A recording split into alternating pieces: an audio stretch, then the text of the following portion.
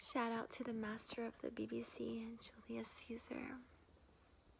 The future of entertainment. The great Bretsky 99. And Mr. Mediocre himself, Mangria. Get the pretzels ready. And welcome to the after party hangover. These are the tripod sessions. Are you ready? Strap it.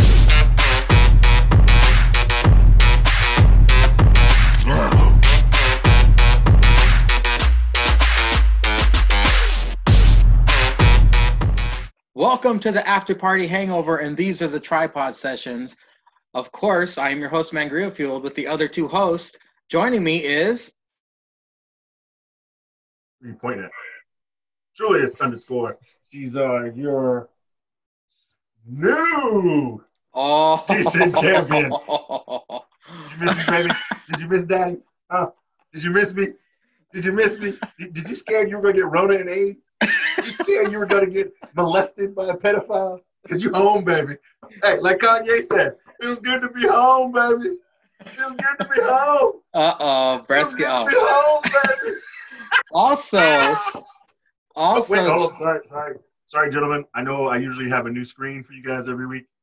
I was late trying to catch on. I had to do some quick work, and oh yeah, there's the screen. I'll step out of the frame so you can see it. Right? The disrespect. Disrespect. Shaking my ass. That was my ass. I can't wait to stick that in a future intro, man. That's gonna be funny. Oh my God. That's Also, a GIF. Also joining us down below is...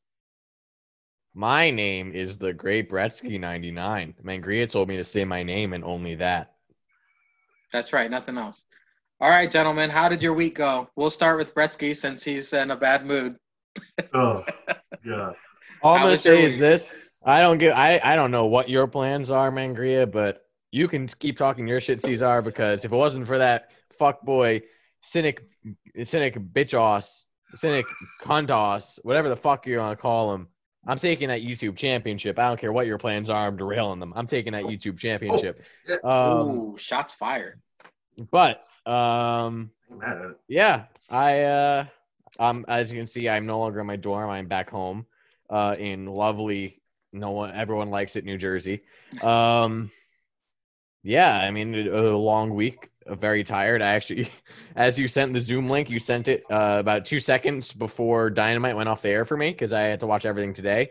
But yeah, back on track. I can actually finally watch shit live now, so I'm excited for that. And home for 2 months. Are you sitting in bed right now? Yes. Is it more comfortable than how you recorded previously? I mean, I'm in bed. Yeah. I know, but every time you move, like the whole screen shakes. Well, he's comfortable. The laptop isn't. Yeah, I don't give a guess fuck so. about the laptop. Those laptops can't feel pain. Caesar, tell the people what you're about to go through this week, this upcoming week. But how was your previous week? This week was the cake breeze, so I guess I'll be the tired one and just trying to say evil things. Hopefully, some fuckboy joins us next week so we can just talk shit to his face. But no, man, I gotta work like crazy. Your boys in retail management, in retail store, at a big box store. So, Black Friday, Cyber Monday, that whole weekend is gonna be fucktards thinking they can beat Rona while getting the dishwasher for like 80% off. Jack up the price. And then, Jeez. But good times, right? But good times. Good times will be had by all. And I'll still make time Wednesday, so I'm off Wednesday to watch all the good wrestling. So whenever we do convene next weekend, I'll be ready to sling some fuck shit and drink some beers. And yes, as Caesar alluded to, we possibly could have some company. It'll be an interesting podcast, let me just tell you that. But let us start with the podcast that started it all. It spun off the pregame, the hangover. Bretsky did his own thing. It didn't have anything to do with that. Yeah, but no, fuck that. He's a part of the Army, regardless. We're going to talk about Steel Real After Party episode 131, post Cabrera. Jake wants to open a bar and call it Tits and Tots. Strip club with pregnant chicks and breast milk milkshakes. Cesar, would you go to Tits and Tots? And how awful is No, that? because Jake's just going to be walking around with that 2-inch peen at full blast, maybe 2.5, because he can get his pedo groove on with all the pregnant chicks, and he's just thinking about the babies inside. So, nah, man, I don't want to see a bunch of pregnant bitches stripping because they can't jump up on the pole. They do a splits, the baby might fly out. They see, I got a baby in my goddamn lap while drinking a milkshake, eating tater tots. I don't know whose kid this is. I'm not paying child support for this. Fuck out of here. Child support.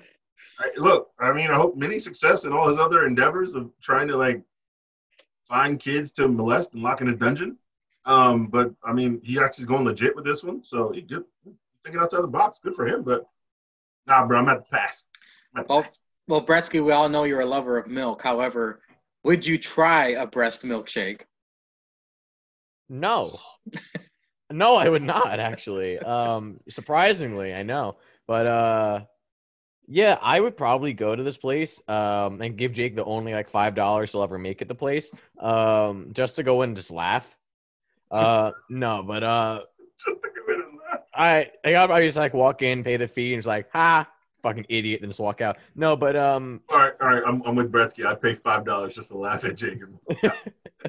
With that. Oh man, no, but listen, Jake, best of luck in your future endeavors, buddy. I believe in your capabilities.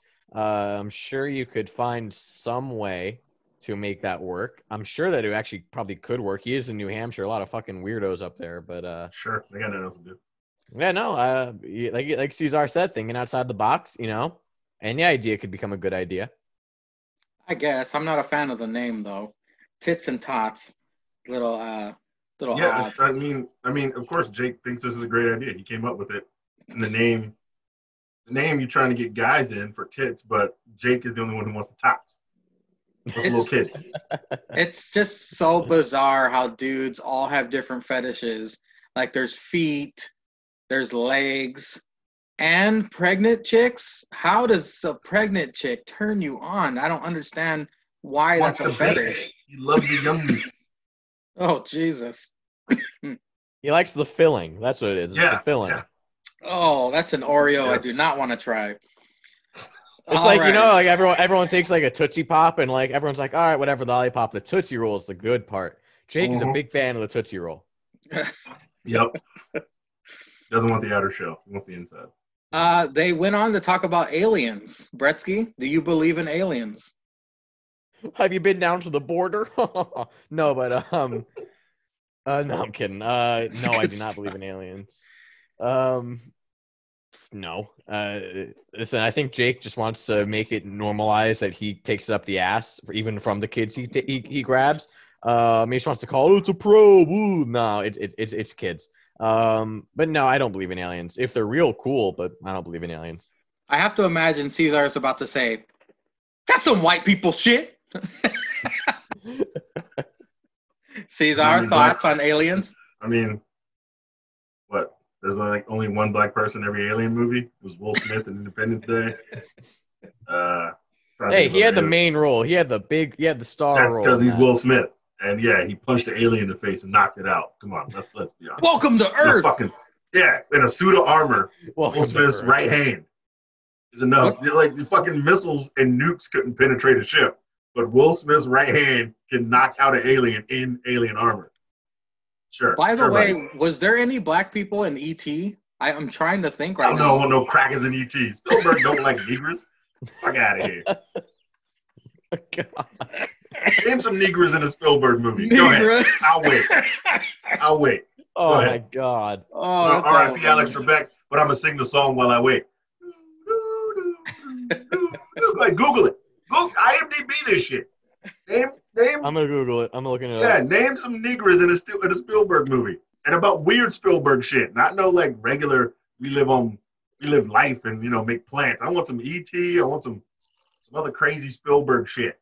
Name some Negroes. Every episode when Zanka starts to get into his death talk, he always talks about death somehow. That should have been on my checklist besides Dana Brooke going through a table. Dana Brooke and Dana. You wrote Dana twice, and I was like, I can't believe I put that. That's so fucking stupid. He talked about Faces of Death. Now, back in the day, Oh, what you got? you found some black people in movies. It hasn't been released yet, but it will be released in December. It looks like. Steven Spielberg writes black characters into his West Side Story remake. Oh, so how many years has he been a director? Fuck, I don't know, like His 50, whole life. I don't know. Okay, yeah, his whole life, and finally he gets around to the Negras. I don't know why, but I thought Bretsky was going to say, "Oh yeah, it's coming out next year, Space Jam 2." LeBron James.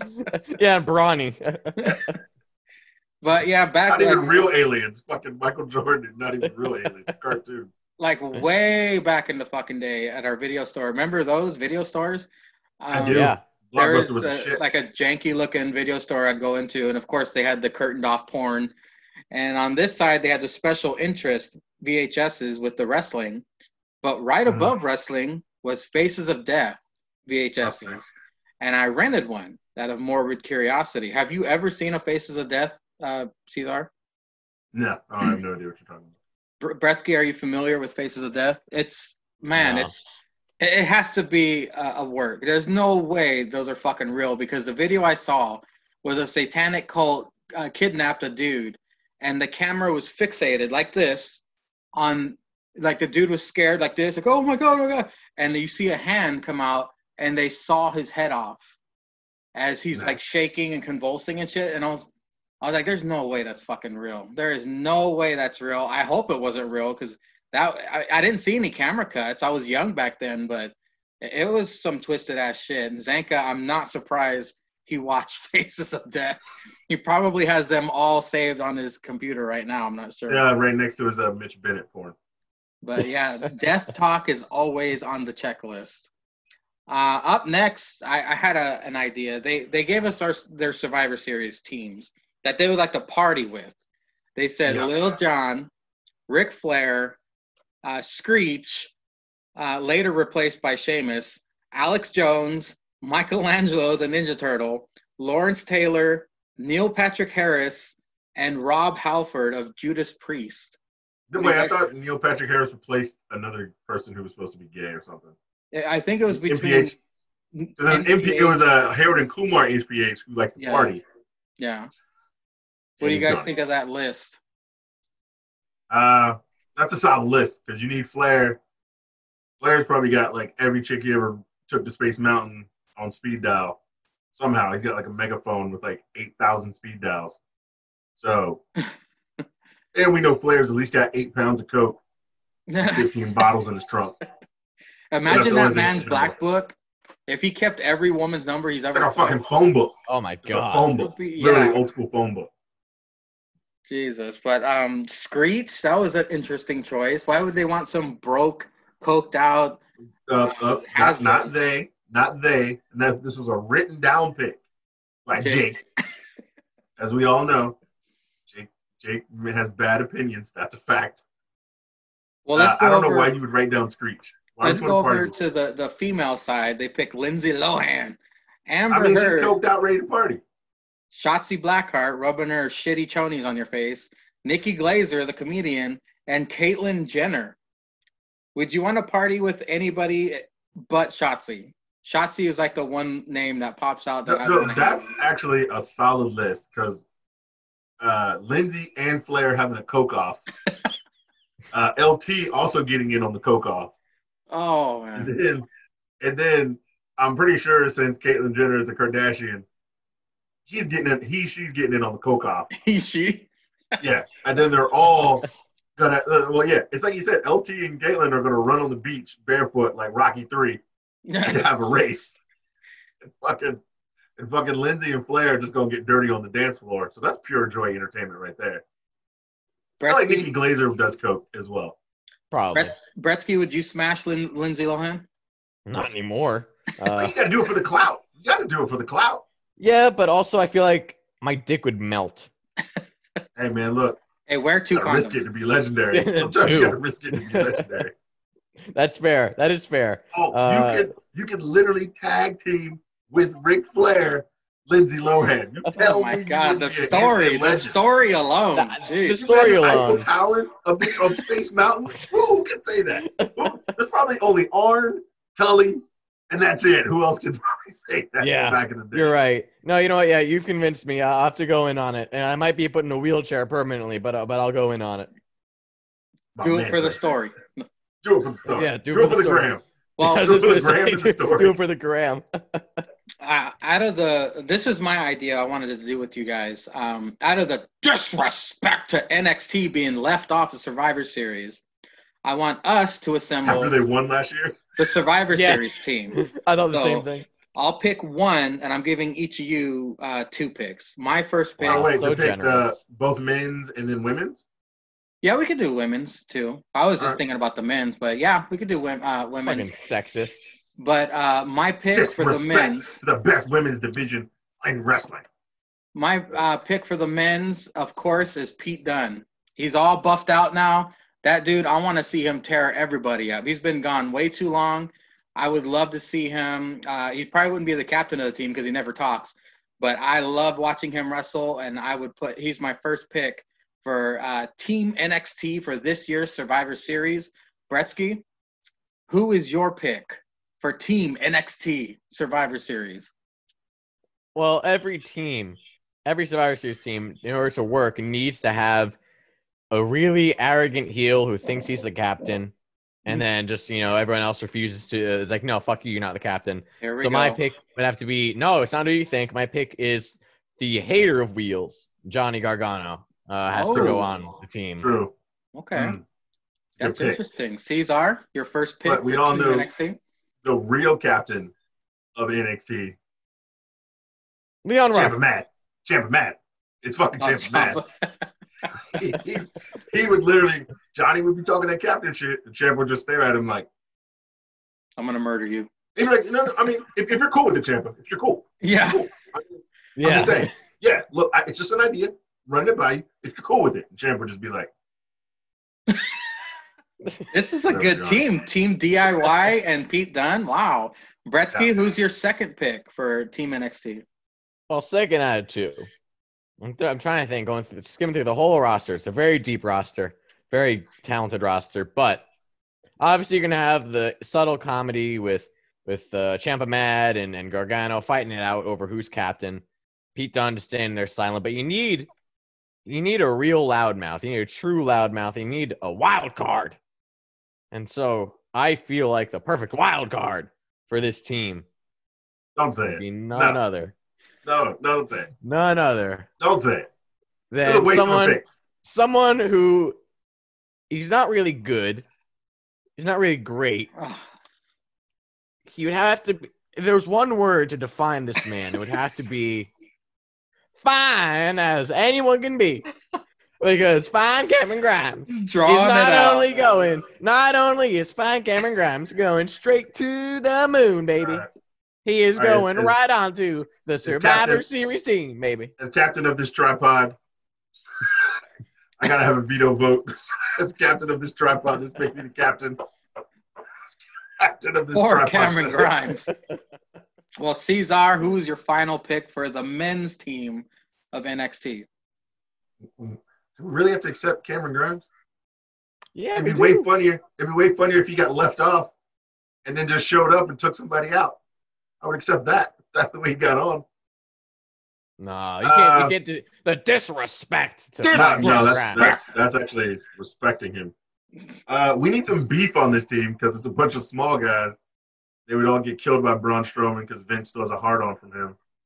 So I got to go with the guy who is a champion, who is big, who is strong.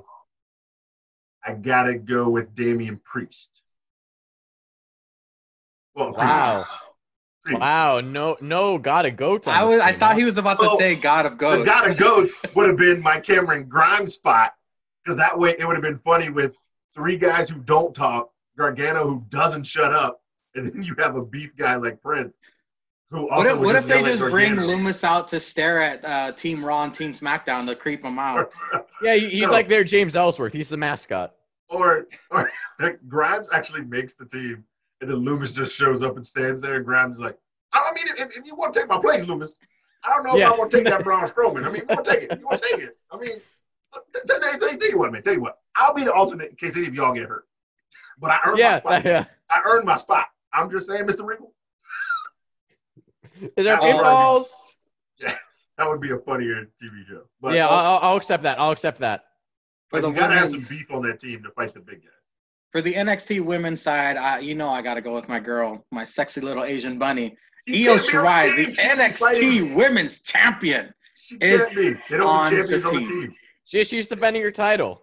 Yeah, she can't be on the team. No champions on the team. There's This is never a champion. hypothetical, fellas. It's okay. No. It's We're okay. still playing by WWE. You're hypothetical. It's okay. Yeah. You said for the disrespect. That's A disrespect. disrespect to the She'd be tradition. fighting. The She'd be fighting tradition Asuka of and Survivor Sasha Banks. Series. Who's your first pick, Cesar, for Team Women's NXT? Is it a question? It's really a question. I We know. gotta have some.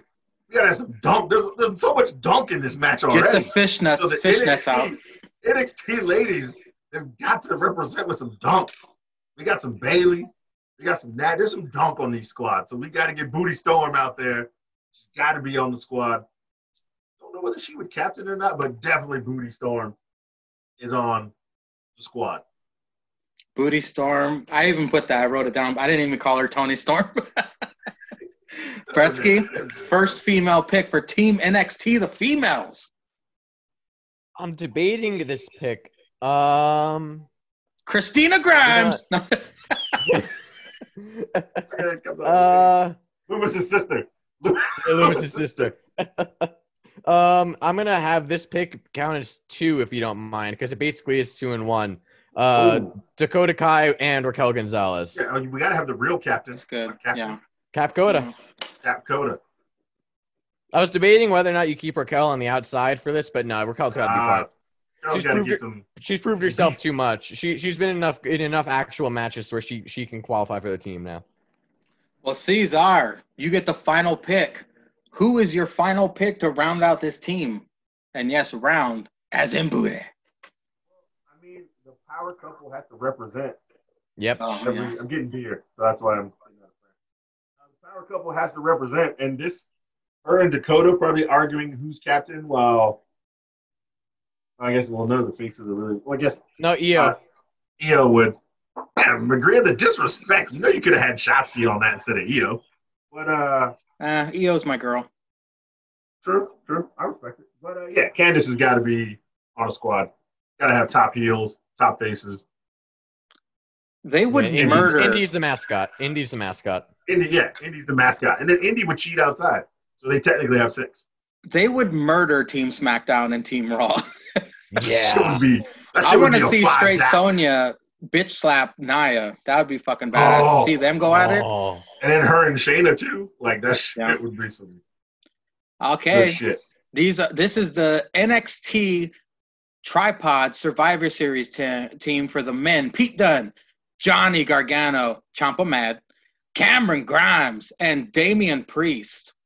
The female NXT Tripod team, Io Shirai, Booty Storm, Dakota Kai, Straight Sonya, and the Poison Pixie herself, Candice LeRae. I like those picks, gentlemen. Okay. I do too. I also like those picks. Those are good squads. After this, I wrote down here that Jake knows Hillbilly Jim, but doesn't know the Godwins. What the fuck? How do you not know the Godwins? Oh. That just shows his fucking time with this guy. Henry Club Godwin, Rangoon Phineas have? Godwin. Come on now. No, it's Henry O. God. Oh. Come on. What did the O stand for? Oswald? Yeah. And wasn't it Phineas I. Godwin, also Pig and Hog? And it was like obvious, Jake. You should know who the fuck I am. That's what They're on Cameo, by the way. I could have him talk shit about Jake. Jesus Christ. Jake mistakenly called their own pod the After Party Hangover during Sean's Facebook story. And he says to listen to us instead of the SRAP, and because we're better, he said. I thought that was pretty good shout out by Jake.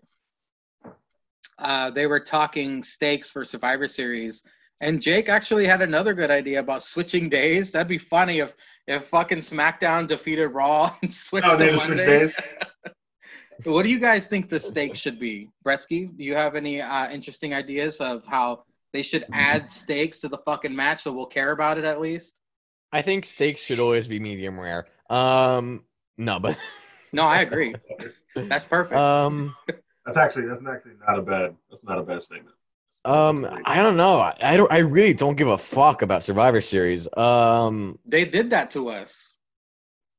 Yeah. Fuck. I'm trying to maybe like maybe to get NXT involved, like the losing team has to have like NXT like just has to. I don't know. Like I can't like they've done so much shit with Survivor Series that's been good, but like.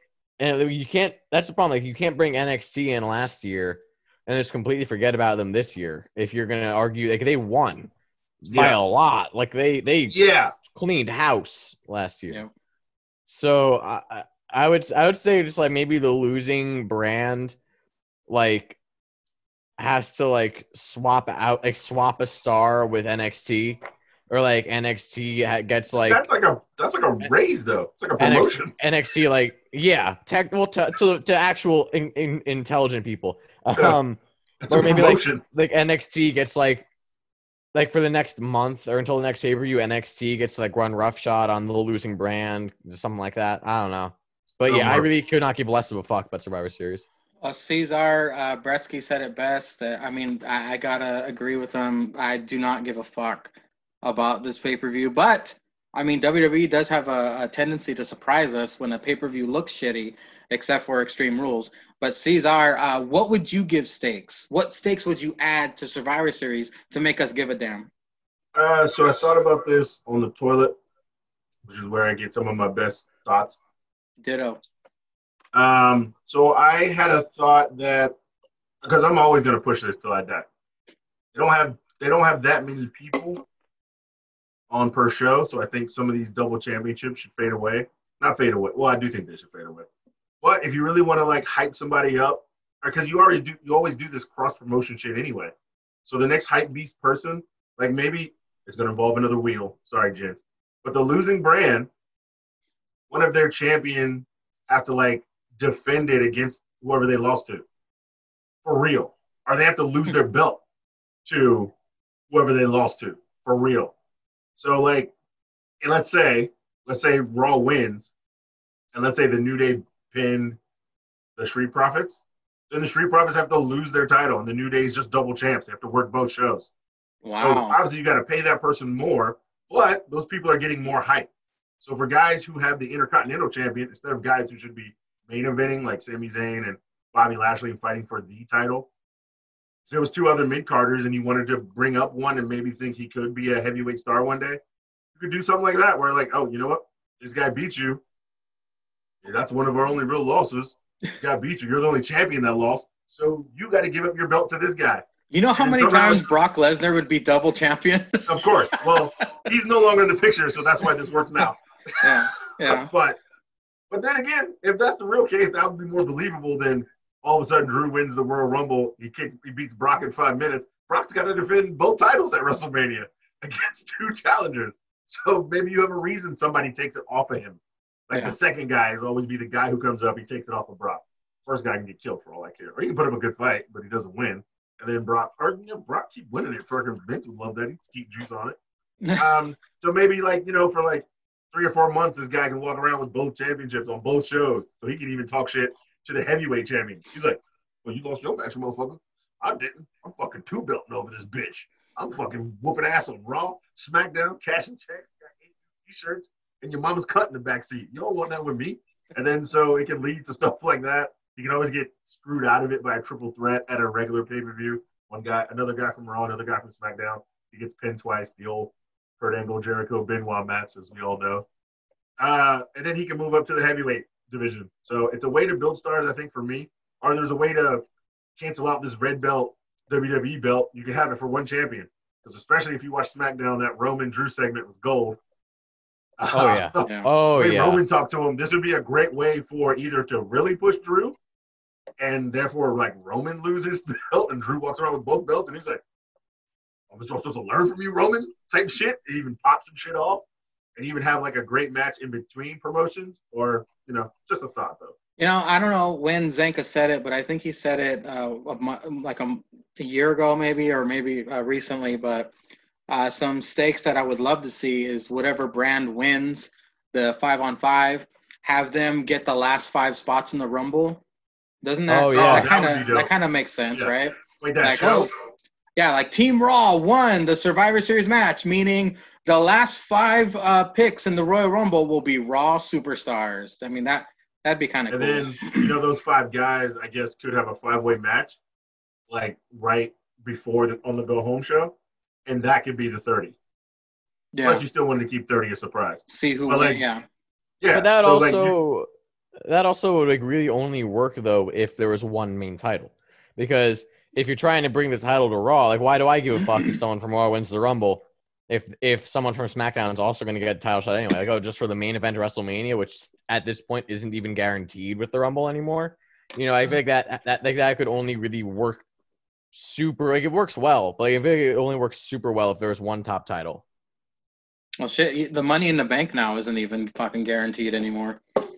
Yeah. True. Well, fellas, or maybe you get the 30 spot. Maybe the winning team that show gets the 30 spot. Yeah. Everybody thinks the 30 spot is the most legendary spot, but what is it, like 26? That's 27. won the most. 27, yeah, that's yeah. won the most. So maybe you do that. You're like, how about this? The winning team gets the 27 and 30 spot. So you're either guaranteed to have the most luckiest number or the last number. You can do some gimmick shit like that. That'll work. Fellas, I gave an assignment to you guys during the week. The topic of the week is dream matches. Dream matches you'd like to see happen today. Do you want me to go first, or do you guys, Bretsky, you want to kick it off? No, go ahead, sir. It's your show. Cesar? Okay, well. It's your show, it's your rules. I thought this idea while I was on the shitter at work, because me and Cesar, that's where we do our office work, and we do all our research and shit. Literally, and I'm getting paid to shit at work. So that's right. It makes it double good. Yeah. When I thought of this idea, the 2 people I thought of the most, my favorite, Pete Dunne versus AEW's Pac. I want to see both those motherfuckers today wrestle. And I announced this idea in the questions like a long time ago. I was saving this question for the Instagram questions for a long time. I don't think the guy has ever cared about it. But I said there should be a pro wrestling Olympics, having all the promotions come together and them coming to an agreement about who's going to be booked to win and all that shit.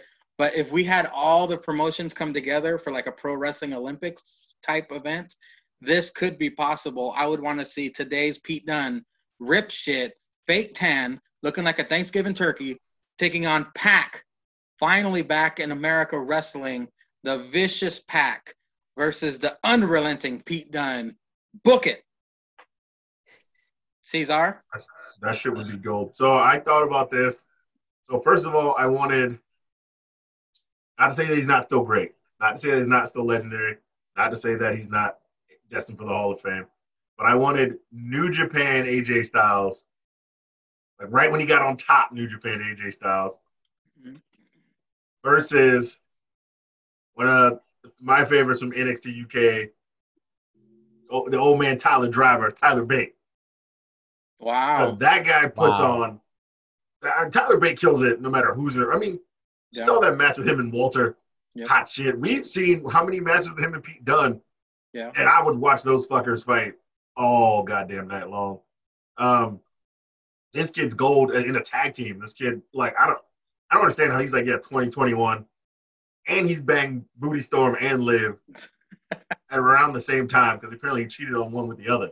I mean, if that ain't pimp shit. If that ain't pimp shit, I don't know what is.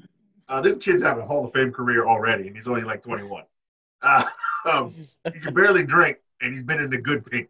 That's all I can say about that. Hey, over in England, he's been drinking for quite a while. Yeah, that's what I'm saying. So Tyler Bate now versus like New Japan AJ style, like later the Click AJ style. Before he went, I mean, that to me, it's kind of a New Japan style ring. I want to see some heavy hitting. I want to see some hard hitting, some British strong style. Some match AJ can like beat the fuck out of somebody and not have to ice down his whole body the next day. But I think those let two me going add at this it. wrinkle. Let me add this wrinkle to it. Good. Who would you put over? Who should go over? I don't know, man. I'd have to call Brother Quarter for that one. Like honestly, I wouldn't even care. I would not even care. I would call Brother Quarter for that one. But those two guys in just a wrestling match would be fucking gold. It would be phenomenal, perhaps. Oh, Maybe. oh, Maybe. Maybe. I see what you did there. Cesar, did you get what you did? So basically, the joke. No. Your turn, Bretsky. Who would you pick? I would have to go. I thought there's so many different ones. But I would have to go with like, and obviously he's still peak, but like peak Rainmaker Okada. Oof. Which you can never really define what his peak is because he keeps on reaching new peaks. But I got to go with peak Okada, and he's even doing dream matches over there, like him and Tanahashi and all that shit. But Yeah. peak Rainmaker Okada, like super heel, versus fucking Reign of Terror Triple H. Okay. No, that would probably be really good. Because you can, the character work of Triple H, like that was around like Reign of Terror, like kind of like blending lines of like Reign of Terror and like Helmsley McMahon regime, like that kind of blended in between. You're talking era, about like, where, leather jean jacket, Triple yeah, H, yeah, like kind of like around like when he had like the kind of hip hop ish entrance, like that one. I feel like the way obviously it would be a great like in ring match because two great guys, but I feel like the characters of Rainmaker Okada, piece of shit, all the shit he did in Japan, versus Helmsley McMahon, top of the food chain, trying to prove that he's the top dog, Triple H. And with all the fuckery with Stephanie and all that, I feel like that would just be so good on both ironically Cerebral, because Cerebral Assassin, like the mental games, the mind games would be so good, but the in ring would be so stiff, like you said as well. I feel like that would be like a very, very good match. Yeah, see, like my match wouldn't be good promos, but it would definitely be AJ underestimating how good Tyler is, and we know how good Tyler is, and him showing up AJ in the ring, like get his comebacks, would be so good that AJ would have to like dig deep and be like, all right, I ain't losing to this fuck shit. I'm fucking AJ Styles. I got to step it up in new gear. And then Tyler stepped up in new gear. So in the ring, like, your match sounds great. Promo, lead up, match. I don't think the promos would be good in mine, but the match would be super good. Oh, yeah. Well, who you putting over, Bretsky? Really good. Well, if I'm not the one booking, it's going over. But we all know if Triple H is in a match, who's going over. Yeah. Well, that's tough. I feel like if we're going peak Rainmaker was unstoppable, and that time Triple H trying to get over the hump, like he's at the peak, he's like right at the top of the iceberg, but he still needs the help. So I'm gonna say Okada goes over. And if we're going with that timeline, obviously you can talk about how that evolution, all that stuff. But I feel like Okada would go over. Okay. Interesting. See, that was a pretty good topic of the week. Not good. Bad, gentlemen. Not bad. Who would go over in yours, Mangria? You never answered that. You said who would go over. Pete Dunne, for sure. I'd want Pete Dunne to defeat Pac because I just want Pete Dunne I want to see Pete Dunne wrestle. It's funny because both of them were gone for so long, and now seeing them, I'm so like my eyes are glued to the TV when they're on the screen. But just the digit manipulation of Pete Dunne, and I love his wrestling style. I mean, I thought it's so great. I thought for sure Bretsy was going to say Thatcher and Angle. I thought for sure he was going Thatcher and Angle. So close. I was so close. I was thinking because like I didn't want to do Thatcher because there's so many you could do with Thatcher, like Thatcher Angle, Thatcher Michaels, Thatcher Gable, Thatcher Cesaro, all of these guys. Oh, Thatcher Cesaro would be fucking money. Oh my God. All of these would be so good, but right. Thatcher NXT Shinsuke. Oh, Thatcher IWGP Intercontinental Shinsuke. Oh, fucking shit.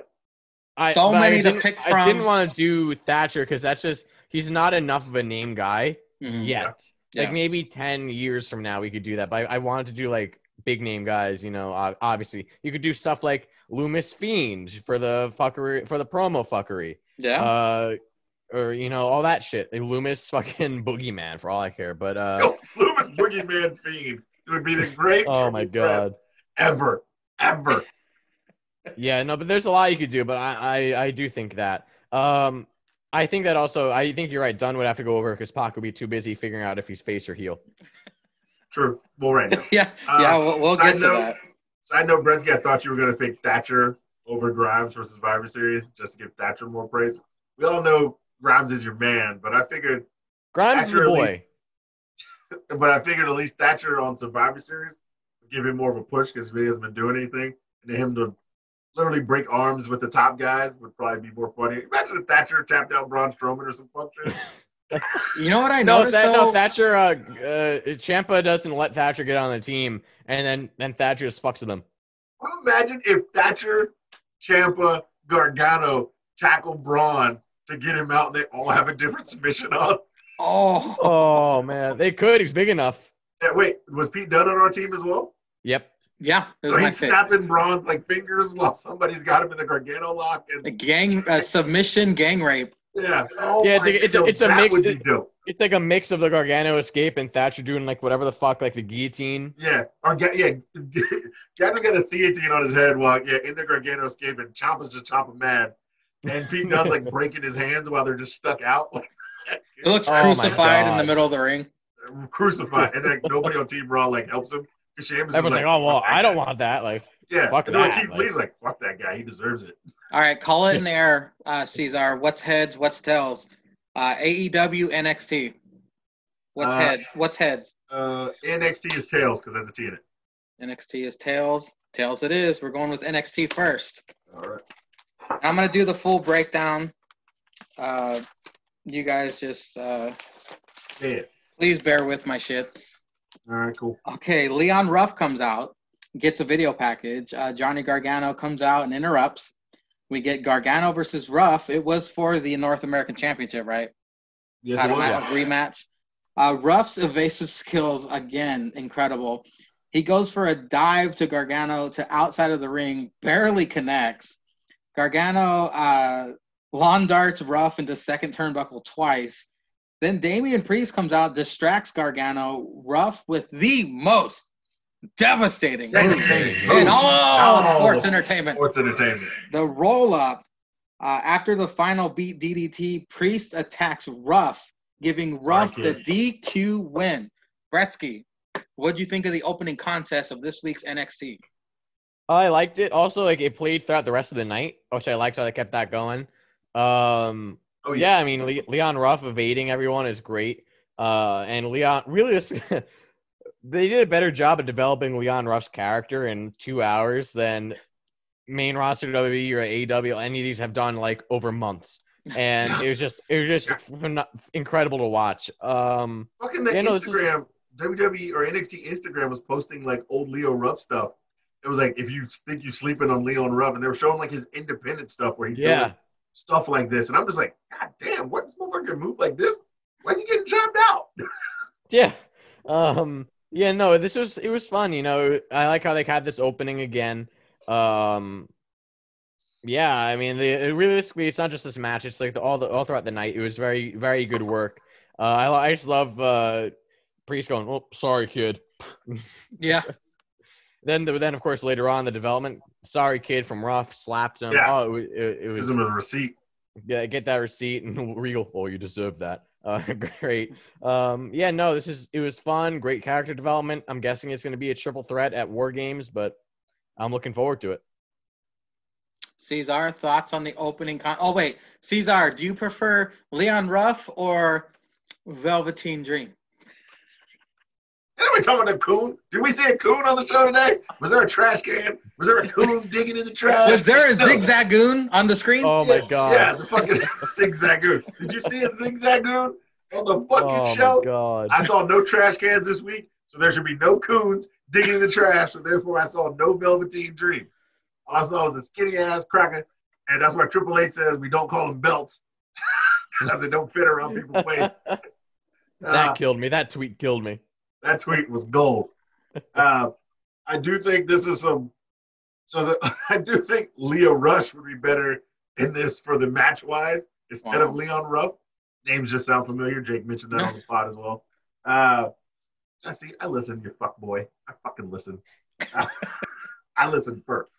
All right, now you listen to me now. I did think that would be funnier. Yeah, I'm just gonna dish Jake at every moment because he said we were rough on him last week and we really weren't. So I'm just gonna get real rough on him this week. Spoiler alert! Spoiler alert! I like how Jake defended himself in the chat. I don't remember calling Gargano's bad heels. I like them. You called them bad heels. Maria had the receipt. Quick. It was so fucking ridiculous him saying that. I remember the exact episode, the exact conversation we had. I was like, mental note. Yeah, it was one with him and Sam, and I remember watching him like, what the fuck? No, what? Yeah, this is why you can't have long-term jokes in the chat because those guys have shit memories. Yeah. Like, there are so many who are like, yo, man, I can stretch this joke out for like 5 weeks. And for me, that would be funny. But then I'm like, he would just forget like 2 days later. So it's not even really funny for me to say this anymore. So I just let a lot of shit fly. But you bringing up the receipt had me fucking that was incredible. Maria was like, the fuck you mean? You said it like this episode. I was like, oh, shit, girl. Here we go. Screenshots. Hey, Sam's guilty too. Yeah, Sam's guilty too. Yeah, those guys have shit. All three, Zeka, Sam, and Jacob, the shittest memories. I'm just like, oh, that shit was good. No, I like this opening match. No, it was really, really good. It's funny. And the way it progressed throughout the night, it makes it good. So here it comes, though. If they want to build, they actually want to build Ruff, he's got to steal their shit at War Games, which I think would be super entertaining fuck shit-wise. Yes, but I think probably Priest is going to win it back. But that's another story, another podcast, another topic. That's for predictions for December 6th. Yeah. The Saturday before, Friday before. After this, find Cameron Grimes with this backstage promo. Oh, wait. Get your passports ready, fellas, because we are going to fuck shit country. You know it. You stepped on Bretsky's line, Cesar. No. What? You motherfucker, you know we're not going to fuck shit country. No, we're going one place and one place only. Nope. We are going because we are all gentlemen. We are all rocket ships. And we are going straight to the moon, baby. I'm not smart enough to get into NASA, but I'm dumb enough to get a passport and go to fuck shit country. That's where I'm going with this. That's your next shirt, Cesar. That's your next shirt. And APPW. Yep, I'm too drunk for NASA, but not fucked up enough for fuck shit country. Fuck shit country. Yeah, he's a rocket ship headed to the moon. Did you guys have any thoughts about that, or you want me to move on? Oh, no, this was the match. Just the promo. The promo about Cameron Grimes. This whole match was funny. No, it was great. Okay. Oh, yeah, I was laughing the whole time. They show Rhea Ripley arriving in the parking lot. Cameron Grimes versus Dexter Lumis in a blindfold match, which if you listened last week, this young man right here called it.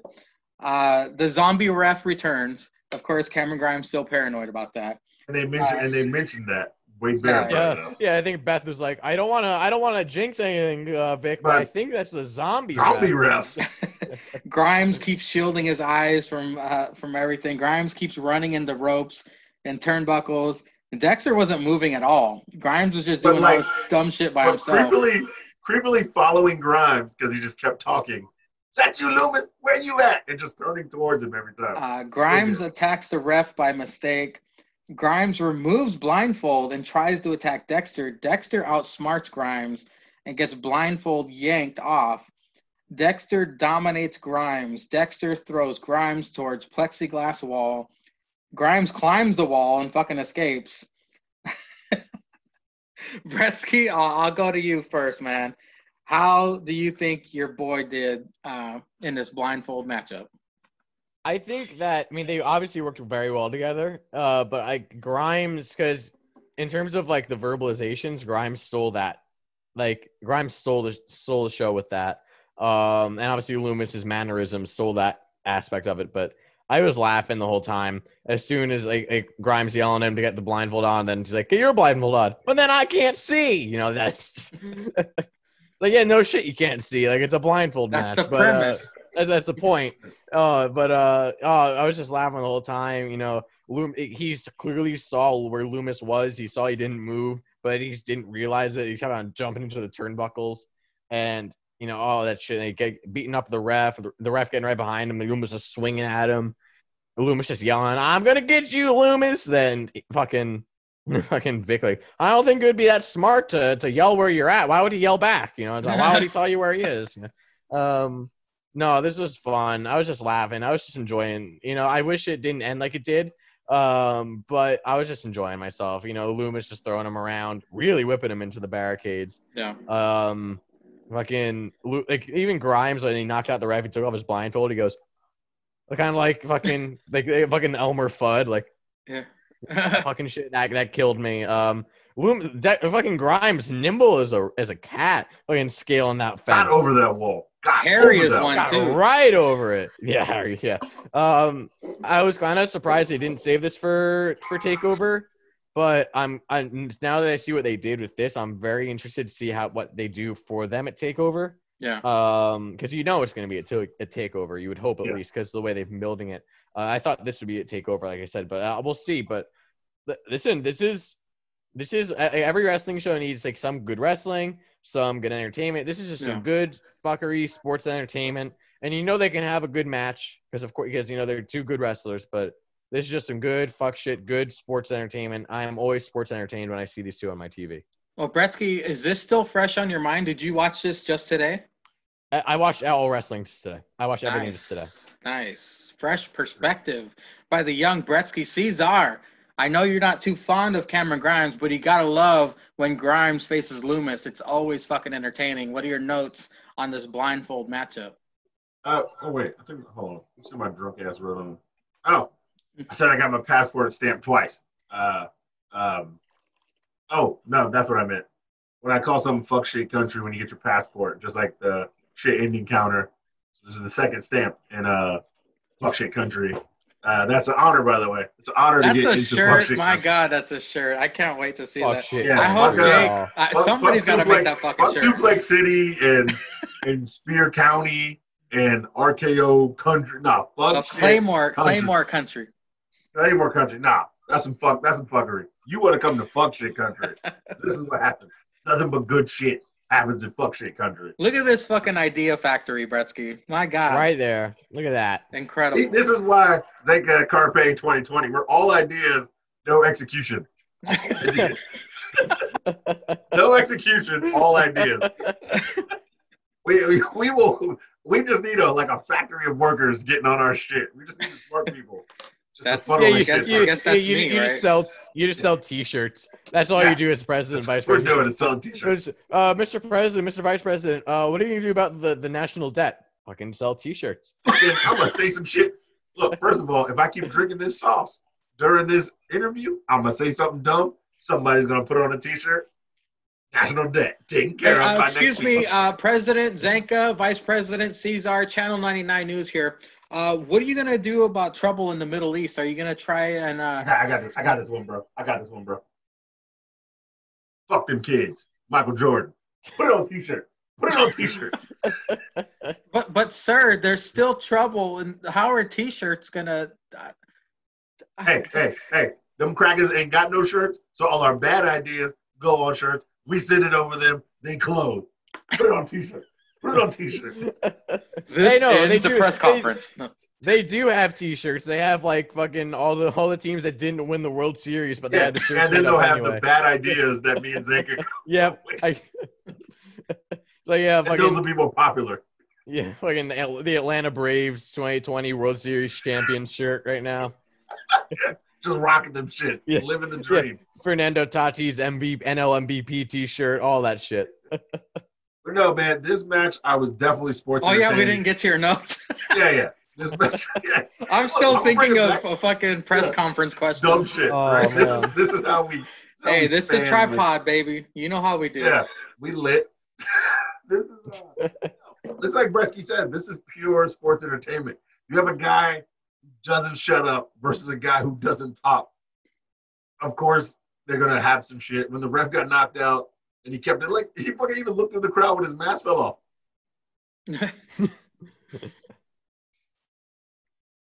Yeah. Loomis. He tried that shit and Loomis still caught him. Of course, this is gonna end in a big blow off. Because even to Grimes' credit, there was no ref during the Haunted Halloween match. Nobody's really lost to who. Nobody's really beat who. So this is technically like a 3-match thing with no decision. But their first match will have a decision. Yeah. Nobody's lost. Nobody's won. I mean, technically, Dexter just whooped his ass. Other time, Grimes just ran away. There's no winner, no loser. Dexter dominates, but he doesn't get his hand raised. Doesn't get his hands raised. So somebody has to get their hand raised, which I think will be, sorry to say, I think it's going to be Grimes that actually sneaks it out with the hand raised. Because Loomis is dominating. He's obviously, they're putting that Loomis is technically better, but there's been no ref either time. Ref's been a zombie. Ref's been knocked out. It's definitely going to be a different ref the third time because he's going to be like, oh, fuck that shit. It's either going to be that or the ref gets knocked out again, and then that ref comes in and he cheats for Loomis. He's going to be like, fuck you, Grimes. Oh, man. Which would still be entertaining enough during a regular match. But no. Wait a minute. Bresky mentioned this ends at TakeOver. Should it be a gimmick match or should it be one-on-one? This actually should be a one-on-one. They've had 2 gimmick matches. This should be a regular match because Grimes is probably going to say that. Well, I got to fight him in a house. Then I got to be blindfolded if I fought him one-on-one in the ring. You know, he's going to say, he's going to bitch to Regal about this. And Regal's going to be like, all right, fine, fight him at TakeOver. One-on-one. And Grimes is going to be like, no, wait. I'm not saying we should, like, fight now. But, like, you know, because he's going to say this next Wednesday, well, 2 Wednesdays from, he's like, I'm not saying we should fight. No, it's cool. It's cool, Loomis. You know what would be funny is if they get into the ring at War Games and the fucking War Games cage lowers so Grimes can't run. Just lowers for no reason. He can't run. For no reason? Yeah, that's Oh, man. Oh, so yeah, because that's why, because he ran away. He ran away from the house. So they got to have a cage match at War Games. So it actually might be a gimmick match. Oh, it's probably going to be a cage match. It's probably going to be a cage match at War Games. That or a fucking leather strap match where they're connected to each other or some dumb shit. It's either a cage match where if Grimes escapes the cage, he can win since he's been escaping Loomis's grip, or he can't run away. Yeah, or a false gun anywhere, too, could be. Yeah. Could be. Ooh, false gun anywhere. So it might be a gimmick match. You might be on something. It might be like a 3 for 3 gimmick match. Well, I'm intrigued, though, to see how they're going to do War Games. Because they can't do it at the CWC because they can't fit 2 rings. Oh, so, you're right. What about outdoors? They might do it. They might do it at the fucking Thunderdome. I mean, it can't be that far from fucking. Right. CWC. Yeah. Okay. Well, after that, Regal and Damian Priest are backstage. Leon Ruff approaches, slaps Priest. The disrespect. Regal says, "That's what you get." I guess Damian Priest, he's like, yeah, you right. After the commercial break, we get a Shotzi Blackheart video. Candice, we are going to war. Shows her rebuilding the fucking Tonka tank that she desperately needs for her fucking entrance. But I'll stop there. Cesar, do you have any notes about the Regal Damian Priest or Shotzi's video? Nope. Bresky? You know what? They could probably fit 2 rings because remember Johnny and Priest during Halloween Havoc were like behind Big Joseph and them. Like, that fucking, you know what? All that backstage area. Remember Candice and Mia Yim fought backstage? Like, they could probably fit 2 rings and move the desk up front like old school. Like wait, but they also have to have a high enough ceiling so they can keep all the fucking cage. Oh, yeah. But yeah, you're right. Yeah, but we never see the roof, though. We never see the roof. That's true. Yeah. So I think they could probably make 2 rings fit. Sorry to get off topic, but I'm still thinking about it too. I was thinking, what about the PC? But that's like so fucking tiny. It's so fucking tiny. So yeah. The CWC is in the PC. Right, the PC is probably fucking yeah. And then they got all that fucking room in the PC. Like they'll figure that shit out. Yeah. But no, I have no. We're going to War Games. I don't know with watching the show, I just don't know who the fourth member of Shotsky's team is going to be. I assume we know the other two members. Yeah. From watching the show, and we know the 4 heels that'll be in the match, but I don't know who the fourth member of War Games is going to be. And how fitting is it, by the way, that she's rebuilding her tank to enter War Games, and you see the War Games graphic, it's a fucking tank. Okay, we get it. We get it, NXT. First of all, you're all ready to go up to the main roster because you got rid of that fucking tank. Vince ain't going to allow that tank, and now you're rebuilding it. Bretsky, did you have any thoughts about the Regal Damian Priest or Shotzi video? I mean, like I said before, like I liked the Regal Damian Priest thing. You know, it furthered the story throughout the whole night. Yeah, Shotzi. I mean, it was a cool package for War Games, I guess. And yeah, like Cesar said, I was gonna say that's also, you know, we pretty much know the heel team, which will most likely be, you know, LeRae, Hartwell, Gonzalez, and Kai. And you would have to assume that the faces are going to be Shotzi, Booty Storm, and Ember Moon, but it's Ember Poon, yeah. Maybe Tegan is. I don't know how ready Tegan is. Yeah. Fucking maybe it's Rhea. I have no idea. I don't know if they haven't. I don't know any other faces. Maybe have a different spin on Rhea, but yeah. Casey. Yeah, I think Rhea goes to the main roster, but I think maybe Casey Catanzaro. She would be fun in there. Or that bitch she's with, yeah. I don't care. Caden Carter. Yeah. Caden Carter. Yeah. I don't know. It'll be interesting to see who the fourth member is, but yeah. I mean, I'm excited for. This will be a fun War Games. I mean, it always is, but this will be fun. I'm actually more intrigued.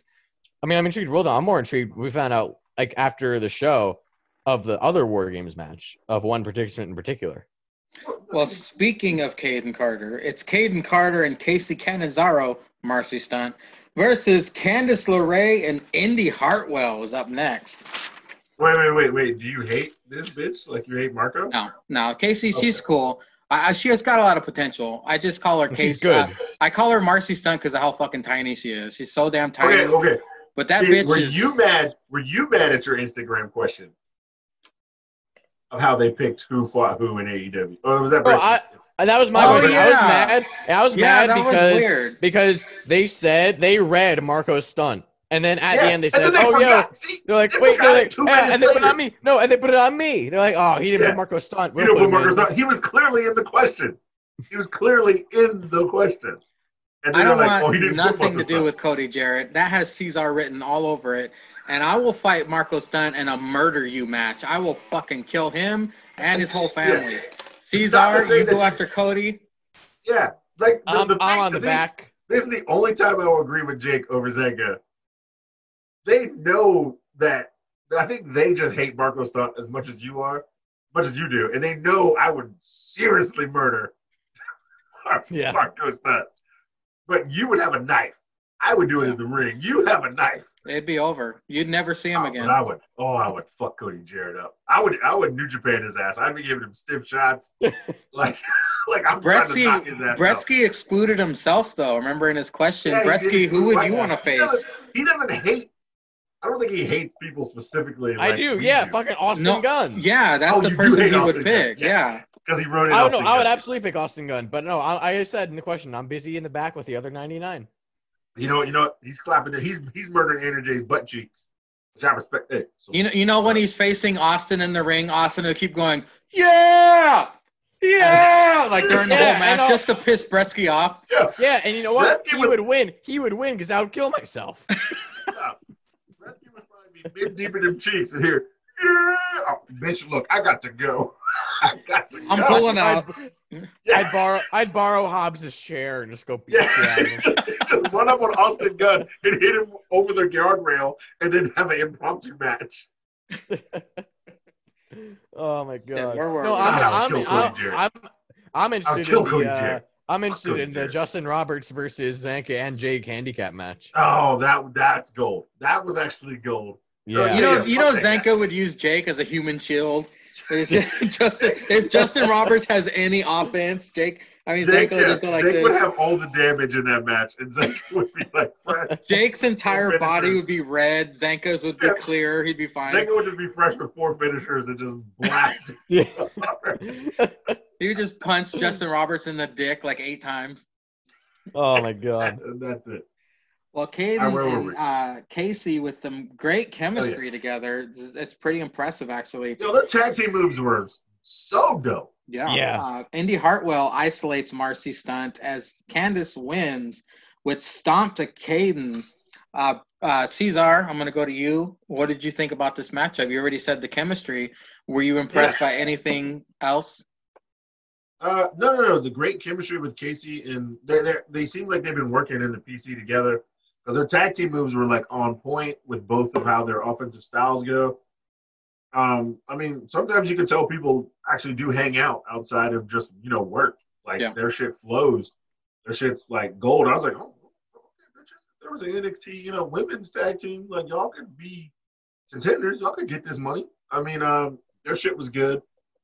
But obviously Candice had to win. She's come off some big losses, so she's got to get that cred back up. She's got to get the win. She's got the new goon. She's pretty much doing the Dakota gimmick.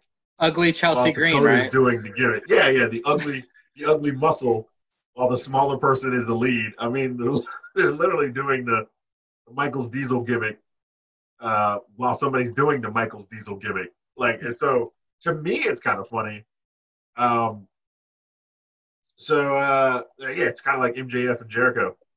Like they're on the same side, but their muscle should hate each other. Like, I mean, because they're the muscle. They're supposed to talk, supposed to just get in there real ass. But no, this is a great tag match. The heels won, obvious win. They should have won. But no, I wasn't mad at this. This was a great match. I'm very curious to know if this is on the Hulu cut, so I'll text Jake. But Bretsky, what are your thoughts on Candice and Indy versus Caden and Casey? Well, it doesn't surprise me that Casey and Caden had good chemistry because apparently they're like best friends and they probably work on shit all the time. But they really impressed me even more than I expected because I don't really give a fuck about Caden Carter. Like I've seen enough Casey Catanzaro to like her. Like shit she did in the Rumble and all that stuff. Like I she's finger good. popping Ricochet's asshole. No, that's Ricochet's job. Oh yeah, you're right. He does it to himself. Right. Man, remember that? Was that this year? No, it was last year. That was last year. Late last year. I was gonna say because that kind of felt like it was this year. I'm like, holy fuck, what a year it's been. But it was finger popping. Yeah. Finger looking good. Oh no. Wow. Yeah, no, but yeah, they definitely impressed. Like that thing where like I think like Casey slid out of the ring, grabbed the legs, and like Caden hit. I don't remember what it was. Like that shit was good. Oh, yeah, all their tag team movers were good. Candice and Indy playing the mentor-mentee relationship very well. That's I think the one thing that differs it from Dakota and Raquel because this is Indy seeking out help from the veteran. I don't remember exactly why Raquel aligned with Dakota. I think it was it might have been similar, but I think was some shit about like all the faces get opportunities and like Dakota wasn't getting hers or some fuck shit. And then because it was it's like Tegan keeps getting opportunities and Dakota wasn't getting any opportunities and then like any what, Cesar? Any what?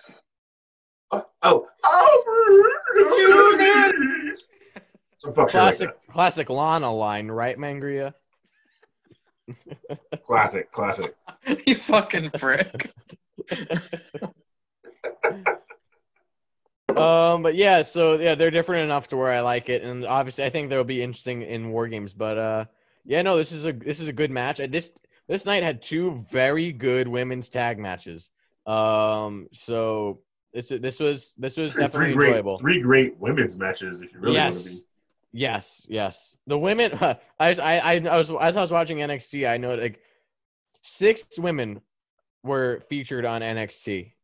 Technically and they were 7. All if you want to count Shotzi, you can count Shotzi as 7. But in terms of in ring, 6 women.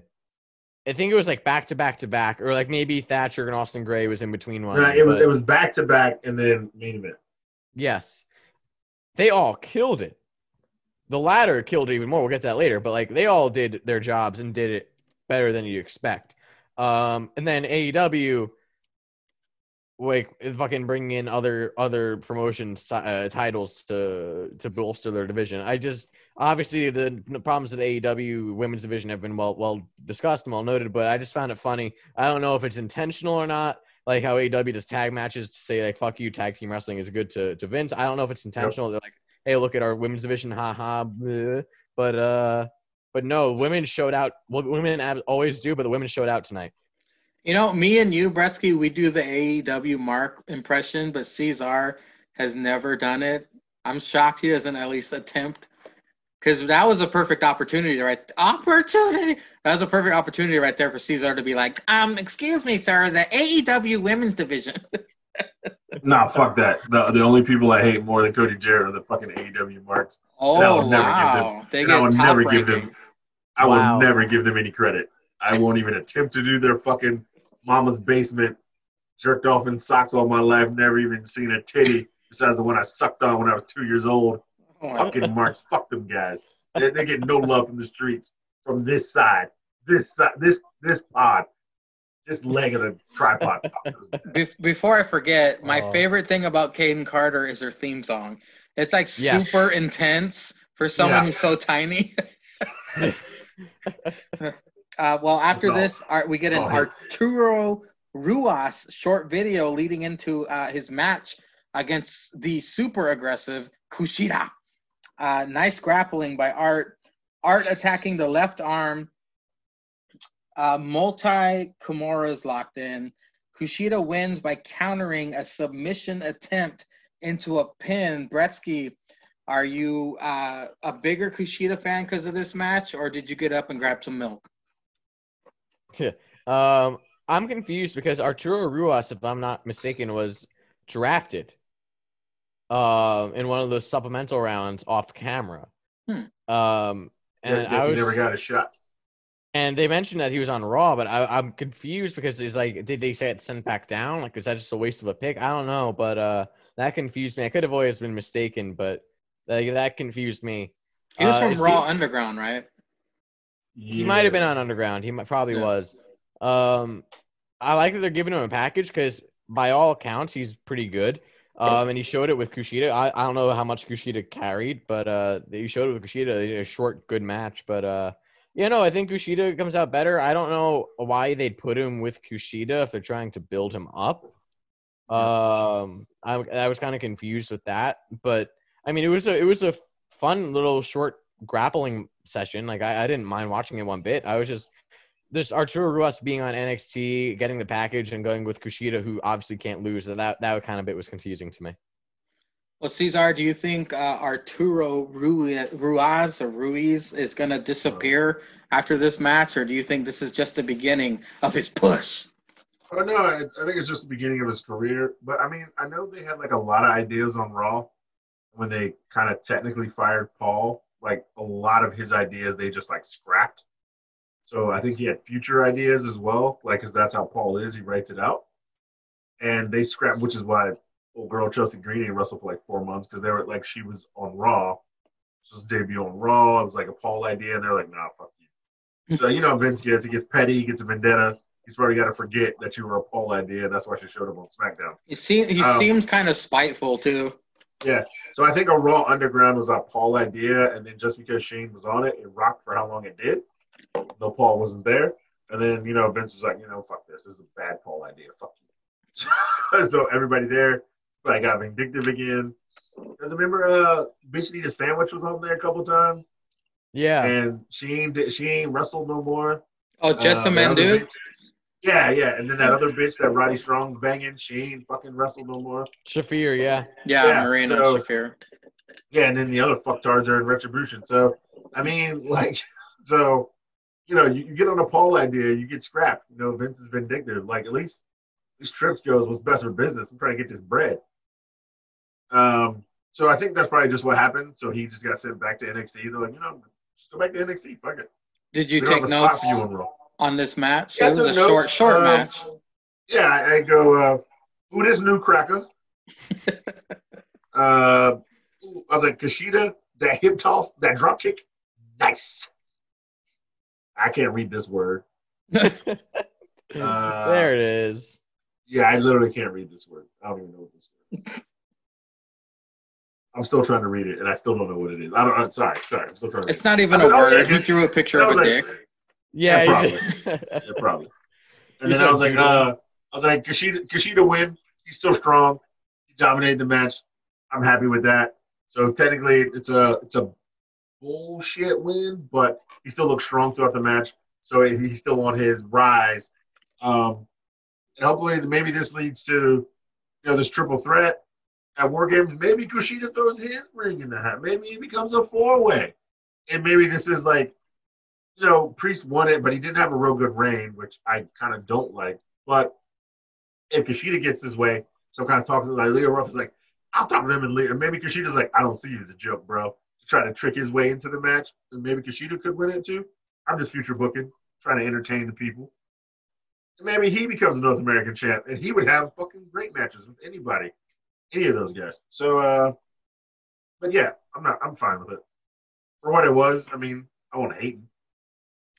Up next, we get Ember Moon and Tony Storm interviewed, leading into a package that I took notes about. NXT stars interviewed about who will win, Io or Rhea. I am now a firm believer and fan of Fine Cameron Grimes. Yes! Because Yes! he chose I Io knew it. Shirai. Tommaso Ciampa, my boy. died. Ciampa mad, but he chose Io. He's my boy. Mm-hmm. Damian Priest chose Io. I'm a fan. Kushida Yeah, dude. chose Io. Exactly. I turned the tables on Kushida. I'm a fan. And then Wait, you Thatch hated Kushida? at Thatch Why did you hate Can. Kushida? Timothy Thatcher chose Io Shirai. I am now a Thatcher fan. I agree with all those picks. Did you guys write any notes about this, or you want me to move on? No, I went straight to the tag match. I kind of thought at this point that Ryu was gonna win because everyone was saying Io.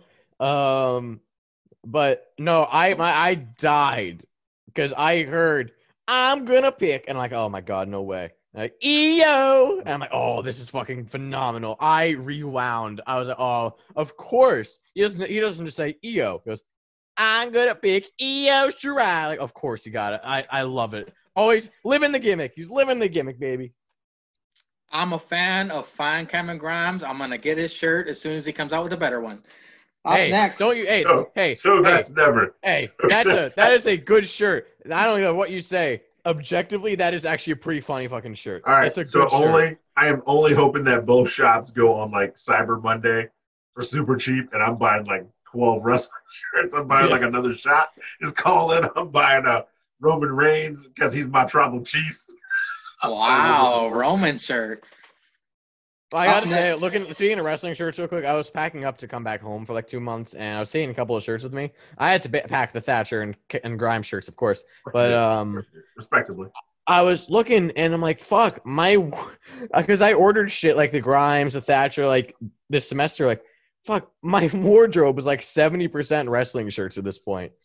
I'm like, fuck me, like I have so many I forgot about. Like I have like a Los Ingobernables de Japón shirt. I'm like, oh, fuck, where I forgot about this. Like, oh my god, I didn't even realize. I just order more and I forget about them.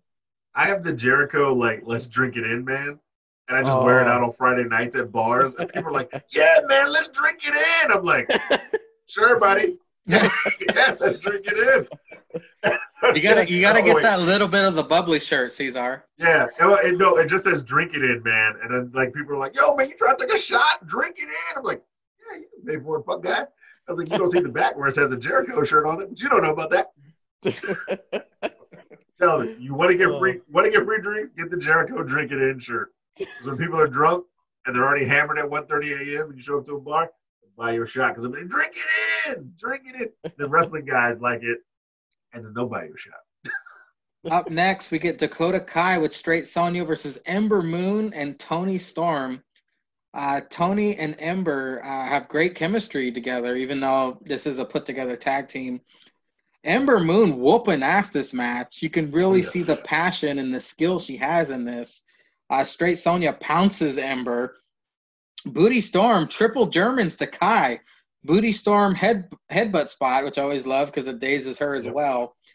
Tony Storm inside cradle to Kai for the win. The most devastating move in sport. No. And sports I wrote that down. I literally wrote that down. Very impressed with Ember Moon. Candice and Indy Hartwell attack. Ember and Tony. Straight Sonya and Kai attack as well. Candice tells the ref, "Don't tell me what to do." Getting all attitudey against her. Cesar, what did you think of this tag match with the ladies? I liked this tag match too. This shit was great. It was a little bit better than the other one. It was a little bit better, yeah, for especially like the faces being the thrown together team match instead of the heels.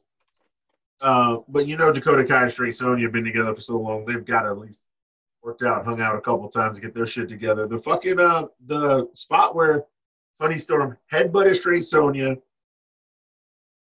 DDT to Straight Sonya, super kick by Dakota Kai, and then run in by Ember. Oh my god, that shit was like perfectly in order. It was like bam, bam, bam, bam. Oh, and then everybody's like kind of laid out. Yeah, it was fucking funny. This is what happened. I'm sorry to say it. I mean, I'm liking Straight Sonya more and more because I know the other three can go. I know the other three are, I want to say professional, they can go. They've all proved themselves. We all think Dakota should be on championship level, if not a champion now. The other two are previous champions. And Straight Sonya, for being so new, to me, she's the one who's got to bring it up. But for this match, she was on point with the rest of these three.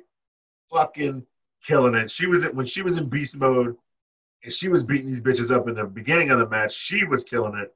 Like the boots she had looked like Ember sold that fucking super kick like money. Like I was like, damn, that shit's stiff. It's down low. Ember snapped back. Then Ember when Straight Sonya snapped the boot on Ember, I was like, Ember can sell her ass off because she's taking these feet to the face for real. Like this bitch is out here getting it. Like every women's segment got better to me. That first tag match was great. This shit was a little bit better. That main event was fucking, I mean, Bresky called it free money. We all know it's free money in the chat. That should be a shirt. Fucking free money. But no, this was damn near free money as well. This could have been on the takeover for a tag team women's match, and I would not have been mad. Like, this shit was great. I was definitely sports entertained, wrestling entertained. These bitches can go. I'm going to say something controversial here, and I don't know if you guys agree or not, but I'm a bigger fan of Straight Sonya right now than I am of Rhea Ripley. Oh, Rhea Ripley? Yeah. I like Straight Sonya. I like her potential. I think she needs to move up the next level. Wait. Are you liking the potential over what you know Rhea can do? Because you know Rhea can deliver, and you're just basing your hopes on the potential of Straight Sonya? You know what soured me on Rhea? I know it's unfair to Rhea. Trust me, I know. The hair? No. Her loss to Charlotte at WrestleMania. That kind of soured me on Rhea. But that's not her call. That's Vince's call. I know. That's why I said it's unfair. But just week after week after week, we keep seeing Straight Sonya deliver. And as long as the camera stays back, as long as the camera stays far away from her face, I'm down with Straight Sonya. Bretsky, what are your thoughts on this tag match? I don't know, because obviously they had shit before I watched, but and that I haven't seen. But for my money, this might have been the best women's tag match I personally have ever seen. Because there's not really that many good ones. This was phenomenal. Shots fired. No. He ain't lying though. He's not lying. This was an excellent tag match. And this is two thrown together. I mean, to be fair, most of the women's tag division is. This is just two thrown together women with a common goal, and they did well. And the one thing that soured me on this match was in the entrances. And again, I immediately thought of Cesar. I bet you it's because fucking Tony Storm said something. The shot of her back was back up. Yeah, no, I wrote that down. No booty. See, you know what? You guys are trying to take the DC championship, the shitty titles. I mean, I don't like you. But then when you talk on this pod, I like you, bro. Like, because I wrote that down. Bullshit camera guy needs to get a shot of the booty when the Tony Storm's music starts. That is a fucking quote. I wrote down. This motherfucker's reading my notes. He's in. It's weird. Caesar keeps like coming in and out. I don't know if you keep hearing that, Bretsky, like me. No, But I mean, Caesar's it might be on volume- your end. Yeah, Caesar's volume keeps like cutting in and out for some reason. No, but it's funny because the first thing I thought was, oh, someone's writing that down. Their drunk notes. But yeah, no, I bet you was probably happened was fucking the camera guy was just some random guy off the street who ran in with a camera just tried to film something for himself at home. Then like Regal's like, hey, get the fuck out of here. Who are you? And the real camera guy and like Storm is like, oh, what the fuck? Like, focus up here. That's probably what happened. No, but no. Other than that, like I really like the dynamic because usually in the beginning, like when you had like the heels going after the faces, like and the faces are kind of like backing away from the ring. Usually that's reversed. Usually the faces are toying with the heels, and the heels like, oh no, I'm not gonna fight. You're not gonna get on the ring. And that was a really interesting dynamic switch, for right from the beginning. And yeah, like and most of the time when they do like all four women are down, all four competitors are down stuff, it's usually good. This was very well executed. You know, Tony with the headbutt knocks herself out.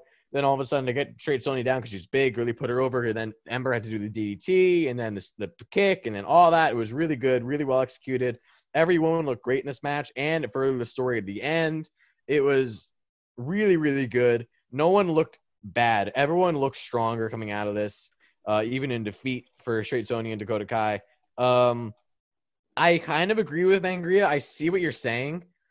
For the past couple of months from WrestleMania on, I've liked Straight Sonya's trajectory more than Rhea Ripley's trajectory from Mania to now. And I see what you're saying, but I don't think that Straight Sonya will ever be Rhea Ripley. But I think that she is phenomenal. Like it's far and few between women who can do that. Like that one-arm powerbomb is incredible. Tons of potential. Tons of potential. Yeah, no, see, saying that you're not Rhea Ripley is no insult because Rhea Ripley is one of the best women's wrestlers in the world. Yeah. In my opinion, but Cheers. But no, yeah, Straight Sonya has unlimited potential. I cannot wait. As much as I love Dakota Kai is and forever will be my captain. I am so excited for when they split, no matter how it is, because you know that Straight Sonya will win some title.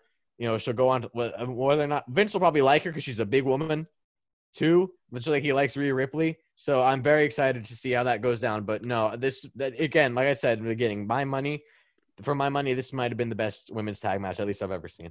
Can I restate my wish? Yeah, I'm praying to God that Straight Sonya and Dakota Kai get a shot at the women's tag team titles. Tag team championship. Praying they at least get a shot. Those two seem the most likely to me to be like the first NXT women's tag team championship. Women's tag team champions. Those two need to win it. Instead of it just going to Raw and SmackDown. It's like you said, like, it's Survivor Series and the disrespect. Disrespect. They need to keep those tag titles on NXT. Fuck the main roster.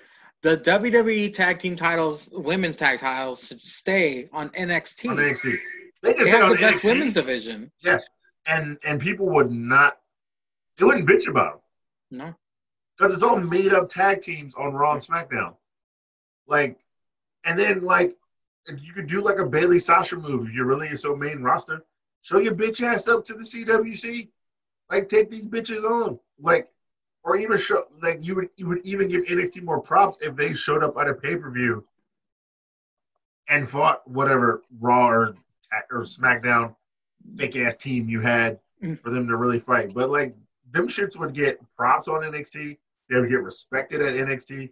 You could even add a match on takeovers because takeovers are usually only like 4 or 5 matches anyway. We're not going to care if we get another match on NXT takeover.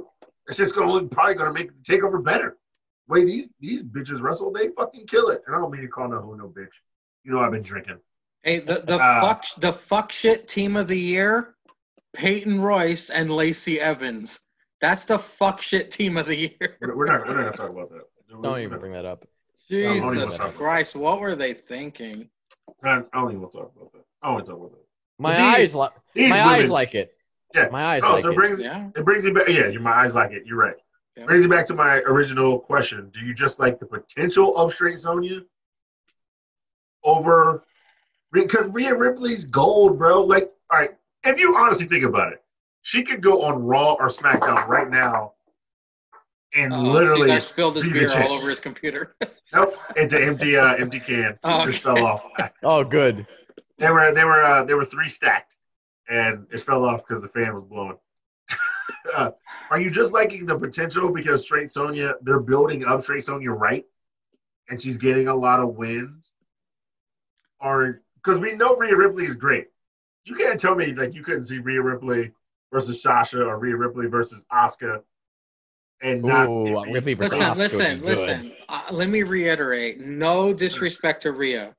No, It's just the way she has been booked. The respect. Just the way she's been booked, I would prefer to see Straight Sonya get a major push, and Rhea Ripley can get lost in the main roster division. I want Straight Sonya to go to that next level. Yes, the potential of Straight Sonya is what I'm excited for, more than seeing Rhea lose to EO, which I'm about to get to. Right, but Io's your favorite. That's what I'm saying. So you would. Well, EO's the woman. She's untouchable, son. Right. So you would have rather Rhea win. No. Well, I guess we'll get to that. Rhea or Straight Sonya? No, Rhea. You would have rather Rhea won. Fuck that shit, Wednesday. Yeah. All right, hold on. Let me get past this real quick. Thatcher versus Austin Gray. Versus the denture. Say it right. Versus the denture. Thatcher versus the first denture, Austin Gray, in the most 80s trunks I've ever seen in my life, by the way. Oh my God. Thatcher dismantling Gray, wins with the guillotine choke. I've never said this before. I've been in the guillotine choke. It hurts really bad. I almost passed out. Why? Just why? Me and my cousins used to fucking tombstone each other, sharpshooter. You know, Cesar, you were a backyard wrestler. That's why he is the way that he is. He got all those tombstones. I have partial brain damn it. No. Yeah, but we didn't. I was a backyard wrestler. Yeah. No. Yeah, I was a backyard wrestler, but we didn't do it for real because we weren't trying to hurt each other because we knew motherfuckers had to live the next day. Dude, we're fucking idiots, okay? What can I say? What can I say? I've witnessed, actually this year, I've witnessed someone get put in the guillotine, and it did not end well. You pass out. I was on the brink. I was on the brink of passing out. Yeah, my buddy, two of my friends in the same dorm building as me. They're having a little wrestling, like not like WWE wrestling, like actual wrestling match. Yeah. Just like kind of like friendly competition, and it got to the point where my friend got the other guy in the guillotine, and he was on the floor for about 20 minutes, gasping for air. We had to get him water, like put his head up on a kind of pillow, all that shit. Yeah. So yeah. I was also 13, by the way. Yeah, you put somebody in that shit for real. Yeah. You fuck somebody up. Ciampa comes out. Ciampa mad. Mad. Thatcher, I've got no problem with you. But my God, did Bretsky, I bet you Bretsky got a massive brain boner when he saw Ciampa and Thatcher in the same ring, right, Bretsky? Dude, how could you not? I know. That's going to be so good. You got a point. It's going to be so good. Why doesn't Ciampa just get a Ciampa mad t-shirt? Take the T out. Just see Ciampa mad. Oh, my God. Bretsky, did you have notes on – I'm pretty sure you have notes on this match, right? Yeah. I was confused because I thought this match would be hyped more. Because I think that, Mangry, I think you said a couple weeks ago that apparently Austin Gray is like this highly touted guy. Yeah. Which, by the way, I don't get because his hair, I can't see him doing anything successful the way with that look. And I hate to say it because the guy could have all the talent in the world, but like he looks like someone who still goes to Woodstock, and I can't get that out of my head. But a hippie. But yeah, but like I thought I was kind of disappointed that this match A was so one-sided and B didn't get as much hype or build. Jake would say he looks like Gardner Minshew. Kind of does. Yeah. But I oh my God, I literally said I cannot see the TV because my dick is so hard from the concept of Ciampa versus Thatcher. My Gotta God, be as soon as takeover. Gotta be takeover. it's Don't give no gotta free be. money. Don't get no free money for this one. No, and I like Thatcher's new thing of I don't have any problems with No you. problem with you. Yeah. I like that. I hope he keeps it going. And maybe like a heel thing, like he'll do some like evil shit, like I don't got a problem with you. You know that I like that. I like that a lot. I also like Ciampa's interview. It's like, why'd you do it? I want to fight him. You know, I thought it made it obvious. It's common sense. just Yeah. leave. It's like, why the fuck do you think I did it? Look, bitch. I'm fucking Ciampa mad. I want to fight. But I like it. It fits so well because if you look, I think a deep dive into the character of Thatcher, it's what Ciampa was saying, what Ciampa was mad about last week. Like all the entitled, like, they think they're entitled to everything. Thatcher, deep down, is basically this guy who thinks he's entitled to beat everyone else up because he thinks he's better than them at like catch can wrestling. So the deep dive of it makes sense. Like that, like Thatcher's like, oh, I deserve this because I'm the best at this. And Champ's like, no, fuck you, fucking earn it. Don't beat up guys who you can beat. You know, so the story writes itself based on what they've been doing with the characters. So I'm really excited, not just for the in-ring, because it's going to be that could steal, even though War Games are always great, that could steal whatever takeover it's going to be on. That could steal any show, anywhere, anytime. But I'm really, really excited for the mind games and the character work and the story they can tell of Ciampa being a locker room veteran, trying to basically put his ass in line. Thatcher being this relatively new-ish guy, basically saying, I deserve a title, I deserve a shot, I deserve to be featured more. And he's beating up guys so he knows he can beat because he thinks he deserves it. And I'm really excited for all the combinations, all the different aspects of storytelling and matchmaking going into this. Well, Bresky, future booking, let's just say Ciampa and Thatcher face off at TakeOver. Do you think August Gray comes out and helps Thatcher or helps Ciampa? Just future booking wise. I think that what you could do is August Gray comes out and I mean we'll get to it later, but kind of pulls like a Will Hobbs.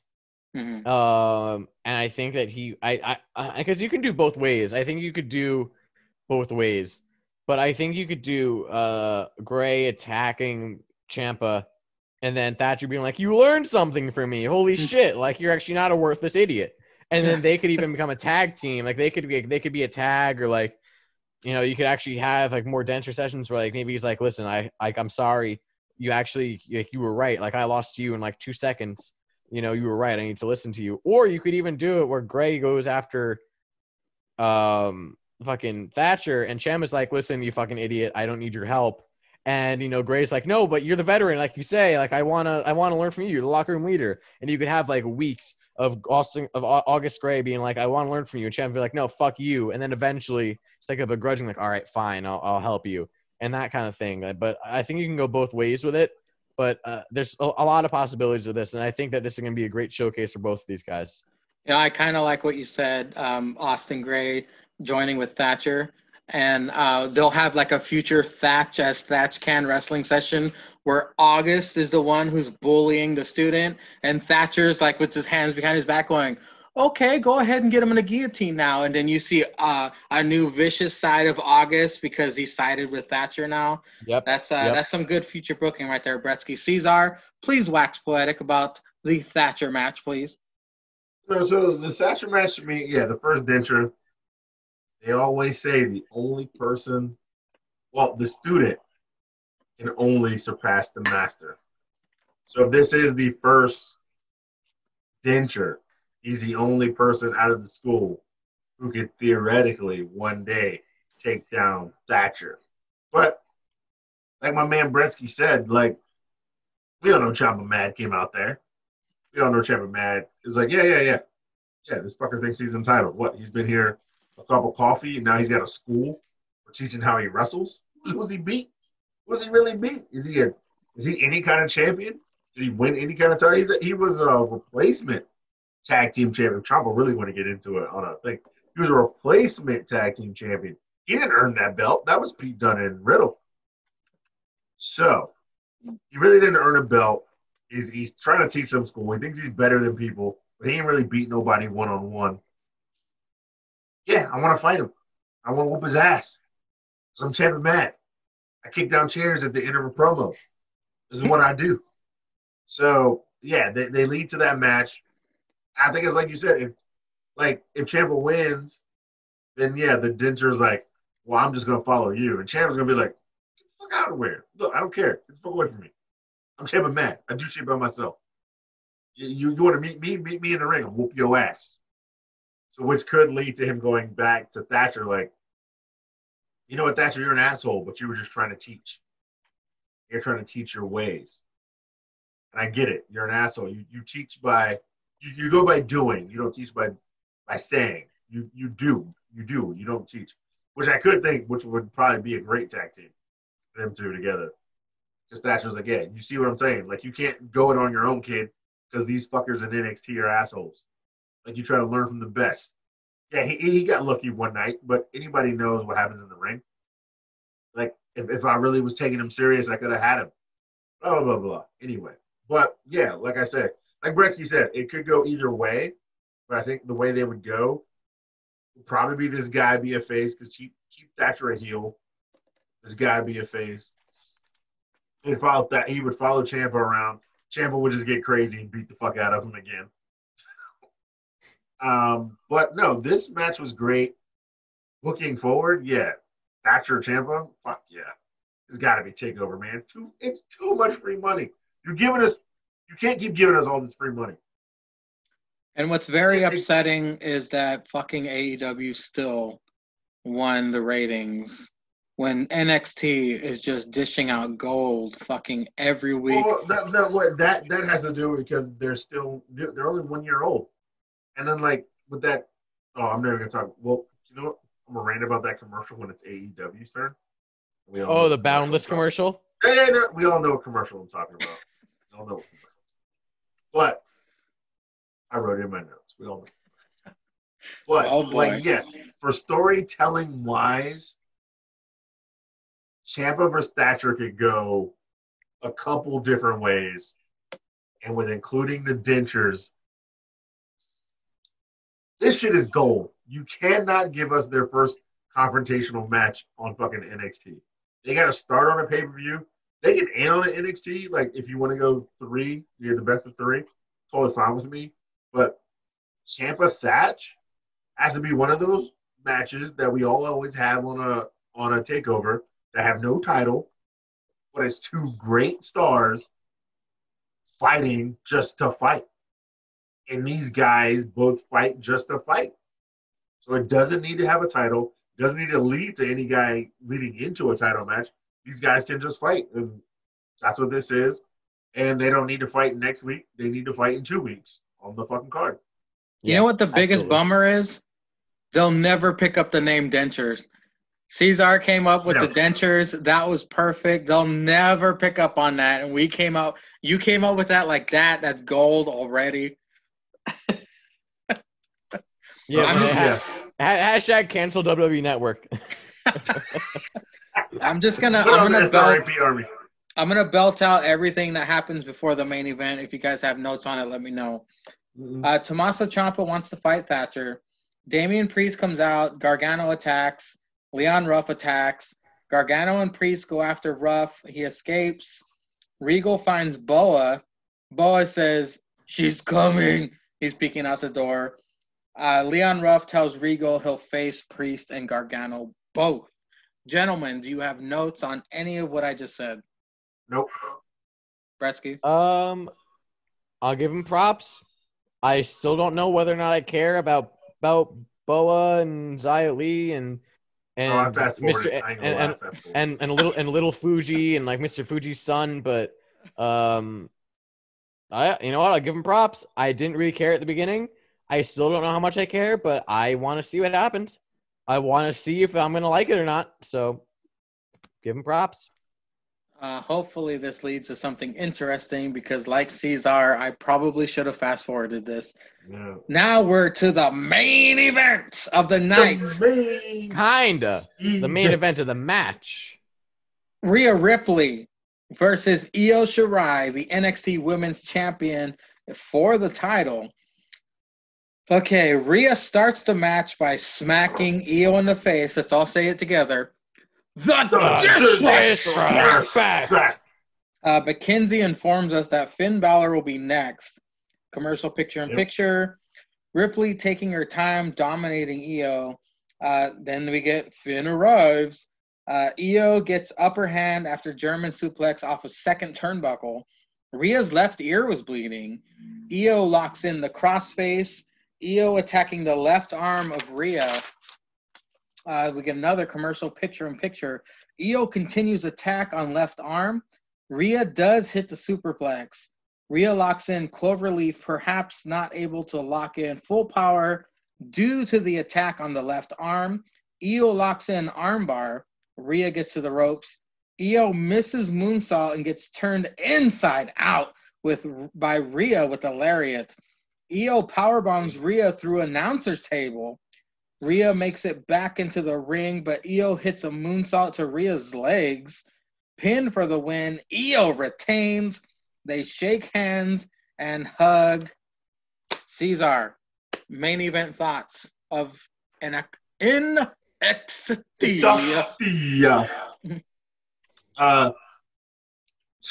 is my free money match of the week. Sure, I mean, you can't get a better main event than this. I mean, this is a pay-per-view worthy main event that you got as a main event on fucking cable TV that you can just see the free whenever you want. This match was so good, top to bottom. Rhea with the power, Io with the speed, and the aerial assault. They were a little bit. They were hitting stiff shots. They were hitting great shots. The fact they played when Rhea had Io on the outside on her shoulders, and she hit the ring apron. Said the doc had to come out there to make sure Io could still continue. Rhea getting drop kicked in the face multiple times, which looked really, really stiff, and then her ear started bleeding, and her gauge actually fell out, like she ripped something. Oh in her yeah, ear. I saw that. And then the ref, like at one point, it's like the gauge fell out, and she handed it to the ref, and he kind of like put it in his pocket. This match was so great. I mean, I know we saved this for the end, but my superstar of the week was Rhea Ripley, because I think this is the match. She didn't win the title. It was a great match. It's free money. I think she's done in NXT, man. I think she's going up to the main roster. Which kind of puts Io in that weird John Moxley kind of on AEW. When you beat everybody, like, what else is for you to do? Yes, I see you're saying real quick. Sorry to interrupt, but yeah, unlike John Moxley, you did have the recent injections of Ember Moon and Tony Storm, at least. Yes, at least, yes. But like, when you beat everybody, what is there for you to do next? Because obviously, those two people are going to be in a War Games match. So like, it really leaves Io with nothing to do unless she's going to be the one to join Shafty's team. I mean, yeah, because usually the champs are left out of it, except if you're Adam Cole, because I think he was a champ for one of them. Yeah. So yeah. So I guess you could do that. But, yeah, this was a fantastic main event. Great main event. Both these women can go. The sad part is I don't want to see them on the main roster because the main roster fucking sucks. Yeah. They're in the perfect division now to keep running the table, both of them. But yeah, I think this was Rhea's last match on NXT. I think probably by the Rumble, she's gonna come out, wreck some shop, and then either whichever side wins, she's gonna debut on the other brand, challenging the champion for at the next Mania. So like if a Raw superstar wins the Women's Rumble, I think Rhea will debut on SmackDown, being like, yo, fuck y'all, man, bitch. I've been ruling shop for forever. Hell, I fought one of your best, Charlotte, at WrestleMania last year. Now I'm trying to fight every other time. I'm trying to win a title now at WrestleMania. And So I think that's what it is. But no, this match was great. Well, I heard Cesar spoil his wrestler of the week while I was taking a piss. Bretsky, are you going to spoil your wrestler of the week, or do you have different thoughts? No, I have the other woman in this match is mine. Just I don't know if we'll get to it later, but just the fact that Io was like the power bomb through the table. Holy Yeah. fuck, dude! Like She was good. Yeah. Like she was so good. I think that this was Io's time to like show to anyone who didn't think like, oh, she's small, whatever. I think that she proved in this match more than any other match how strong she is, like how physically imposing she can be if she wants to be. I think obviously these two worked incredibly well together. I mean, what else can you say? This was match of the week. Could very well be match of the month. This is incredible. Because of course it was. It was two phenomenal ladies. In terms of what Cesar was saying, I agree. I think this has to be Ripley's last match in NXT, which I'm sad about because I don't watch Raw and SmackDown as much as I watch NXT. But Vince seems to love her, which would be great. And I think that I disagree slightly. I think that Rhea, if I'm future booking, Rhea would win the Rumble. And because the whole point of like her, like the whole promo package is now like how she was so disappointed with the way WrestleMania experience went and the fact that she lost and sent her into a downward spiral. Yeah, but she's a rookie. Like if she came up to the main roster now or December, you ever winning the Rumble's in January, bro. Yes, I do. I think, or maybe she takes a little bit of time off and then debuts like closer to the Rumble. But but I think that you have a perfect opportunity to tell a WrestleMania redemption story. Okay. And like have her win the Rumble, be like, this is my destiny, it's my redemption story. And apparently Charlotte's somewhat close to coming back. So maybe Charlotte wins one of the titles, and it's like Rhea versus Charlotte Part 2, redemption, or maybe it's or Charlotte ends up on the same show that Rhea just won the title. Right. Okay. Like Rhea versus Asuka, which holy fuck, redemption. Rhea versus Sasha or Bailey or any of these chicks. As a redemption story. I think that Rhea then wins at WrestleMania, whatever title, like as her redemption. Then maybe Charlotte comes back on the Raw after or the SmackDown after, something like that. But I think that there's a very unique opportunity of you could actually have an NXT call up done right. Praying to God. But no, I agree. I think this has to be her last match in NXT. She's done everything she can, and she's only what, like 23? Agree before I know you're gonna. Sorry, but we all know. We all seen the pictures. Becky's really, really close to delivering this baby. Do you have Rhea going over on the man when she comes back? You know she's coming back. She ain't done. No. The rumor is Vince really wants Becky and Ronda solo singles match this WrestleMania if both their schedules work out and if Becky delivers the baby in time and can get back in shape. That's what I've been reading. Okay. All right. Well, to close out the show, it was, of course, the NXT champion, Finn Balor, gets in the ring, cuts a promo. Pat and the McAfriends come out and cut a promo. Finn answers back with, "Look at what the cat dragged in." And then you hear, "Shock the system." Undisputed Era floods the ring. There's fisticuffs flying all over the fucking place. We get Undisputed Era. We get Pat and the McAfriends fighting. That is going to be our War Games matchup. Fellas, what did you think of the closing segment of NXT? I'll go with Bretsky first.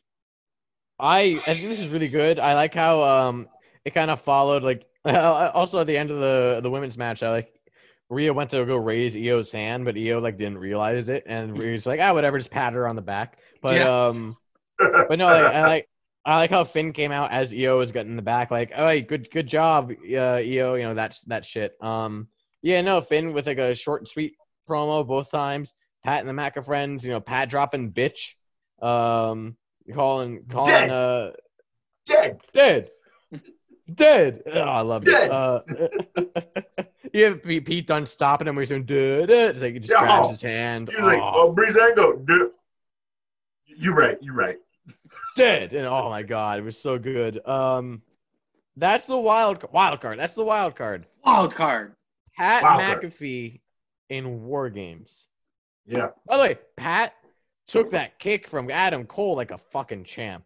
But Pat's gotta eat ladders, kendo sticks, tables, chairs. trash cans. Now, Pat agreed to be in the War Games match so he can jump off the top of the fucking cage. You know that's gonna happen. Oh my God, he's going. Oh You yeah, know he's definitely that's gonna jumping. happen. Oh, he's jumping twice. He's jumping twice. Yeah. I'm excited. I'm excited Yeah. as fuck to see Pat. Did you McAfee see in there. how they teed off against each other? Because that's kind of like opponents, and how it was not Bobby Fish, not Roddy Strong. Kyle O'Reilly went against Dunn. Yeah. New shredded Dunn. Oh my God. Like that match. Cole still went against Pat. Now it's like Roddy. It's kind of weird because Roddy used to be the second guy, and now Kyle is the second guy, and he went against Dunn, and Roddy and Bobby, the two Roberts, are the tag team now because they went after the ones and twos. Yeah. I That loved match. Pat. Oh my God. I like Pat calling Bobby Fish Robert Fish. That was funny. He was like, "What's his name?" Oh, it's Robert Fish. Robert Fish. You guys don't watch fucking Up Down Down, do you?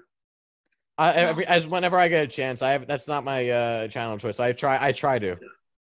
And like when those four play Uno, it's like Xavier Woods, Cesaro, Adam Breeze, Cole, right? and Breeze. They play Uno instead of saying like Richard for like Dick, they say Robert. So it's like it's a real Robert move that you pulled right there. And instead of saying Richard, so that's when he said, "Oh yeah, Robert Fish." I was like, "Oh, is he calling him a dick?" Wait, is this Up Down Down joke? Because they said Breezango earlier. A lot of inside jokes on that show that I feel like they bleed into WWE that a lot of people don't see. But no, it was just funny to me. So It was like a 6 or 7 minute finale, Bretsky, the final segment of the night. Yeah. because like Finn rolled into the ring and like the women were still on the ramp, and then like it looked like he rolled in the ring like straight out there, and he gave his props to Io. Well, But no, Bretsky, Pat were McAfee, you finished? once again, doesn't miss on a promo. Doesn't miss on a promo. Were you finished, Bretsky? Yeah. Cesar, thoughts on the closing segment? No, it was great. Like I said, Pat McAfee doesn't miss on a promo. No. Because he said, Finn, you've been away, and I know you don't watch the business. The business watches you.